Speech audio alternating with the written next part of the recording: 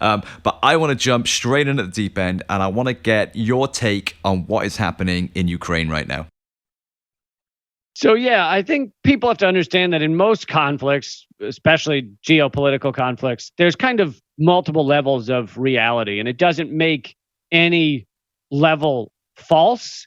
It just means that you should also look at what's going on deeper.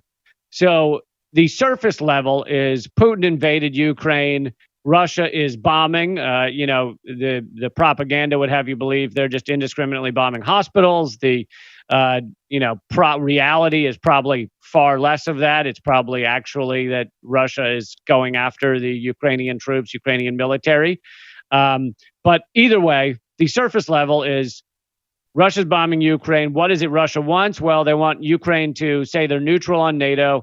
They want the Donbass region to be independent, which many people in the Donbass region are consider themselves Russian, not Ukrainian. And there's been an ongoing war for 8 years in that region of neo-Nazi troops, some of them with swastikas on their helmets, killing, murdering, maiming many people who are native Russian or consider themselves culturally Russian. 15,000 have died over that 8 years. The U.S. and CIA, and you can read some of this at Yahoo News. This is not hidden truth. Has been funding and arming some of these Nazi battalions, like the Azov Battalion. And PBS the other day, the U.S. Government, partially government-funded outlet here in the U.S., did a fawning interview with a mayor in a city in Ukraine about how tough things are right now, and they blurred out the framed painting behind him of a famed Nazi collaborator. Wow. So that shows you how bad this is. But anyway, that's kind of the surface level. Russia does not want NATO expansion, and they want that region independent, and they want their ownership of Crimea acknowledged. That's what they're putting forward as their demands. So that's kind of the surface level. Now you get to a deeper level, and you look at the reality of the situation even deeper. And Russia has been surrounded by NATO, a military alliance. And NATO sounds kind of nice and fluffy to a lot of people that only watch, BBC and CNN. But NATO is a military alliance. They have been behind gut-wrenching wars and bombings like Libya, destroying all of Libya, turning it into warring warlords and open slave markets. That's the type of thing NATO does. So don't kid yourself that NATO is friendly and happy and unicorns. NATO is brutal, war-mongering, and a military alliance. So NATO has expanded over the years, closer and closer to Russia. It now involves 30 nations. 17 of them, I believe, encircle Russia, basically. And there are discussions of bringing Ukraine into NATO, or at the very least, having them have some kind of agreement with NATO. To Russia, that is a national security red line. They say they can. I'm just giving their opinion, even though I'm opposed to Putin's invasion.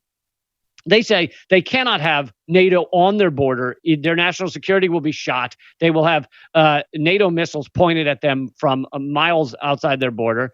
And if you imagine the United States, well, hold on, I'll get to that in a second. I'll get to the analogy in a second. But one more note is the U.S. has helped fund this neo-Nazi coup that basically neo-Nazi empowered. So it doesn't mean that the entire Ukrainian government's neo-Nazis. The president is in fact Jewish, but the neo-Nazis are basically the powerhouse of the Ukrainian government and their military right now, in that they're just so violent and they're so willing to kill that many of the politicians have to answer to them. Many of the people have to answer to them because they're willing to kill people. And so they have an immense amount of power, even if they don't have the presidency, et cetera. So in 2014, the U.S. helps create a coup in Ukraine. That doesn't mean that there wasn't popular discontent. There was a corrupt president in power in Ukraine, but the U.S. helps do it. They put in place kind of a U.S. Favorable government. And in order to create that coup, the Maidan coup, they empower Nazis. They give them money, training, arms, and that government continues to this day, largely. And during this time in the Donbass region, there is an ongoing war that's killed 15,000 people. And these Nazis will grab Russian speakers and sometimes murder them, sometimes just beat them severely. That type of stuff has been going on. If you talk to refugees in the Donbass region, they say we've been at war for 8 years. Russia has viewed this as completely unacceptable. And something else, I mean, not that you need to explain to people why they should dislike Nazis, but Russia lost 27 million people in World War II to Nazis invading their country. 27 million. The U.S. lost 500,000. So let's just say that Russia is not very favorable to Nazis on their border. So the analogy, just kind of the concluding point, the analogy that works mostly for right now would be if the U.S. were surrounded by a Russian military alliance, similar to NATO, 30 countries, 17 of them around the United States, encircling the United States. And then Russia created a coup in Mexico, put in a Nazi-backed Russian favorable government. And on the border of Mexico and Texas, these Nazis were running around killing anyone who spoke English and was American. And, you know, how would, and there were missiles, Russia was sending missiles, et cetera, to Mexico to point in the direction of the United States. How would the U.S. respond? Do you think we'd respond favorably? I think the world would be on fire if that was the case right now. Yeah. So again, it is not that I endorse Russia's invasion, which is seeming increasingly brutal, even though a lot of what we're hearing is propaganda and bullshit. It still doesn't, you know, war is never nice or polite. There are never wars, there are never bombings that just go perfectly and no one that's innocent dies.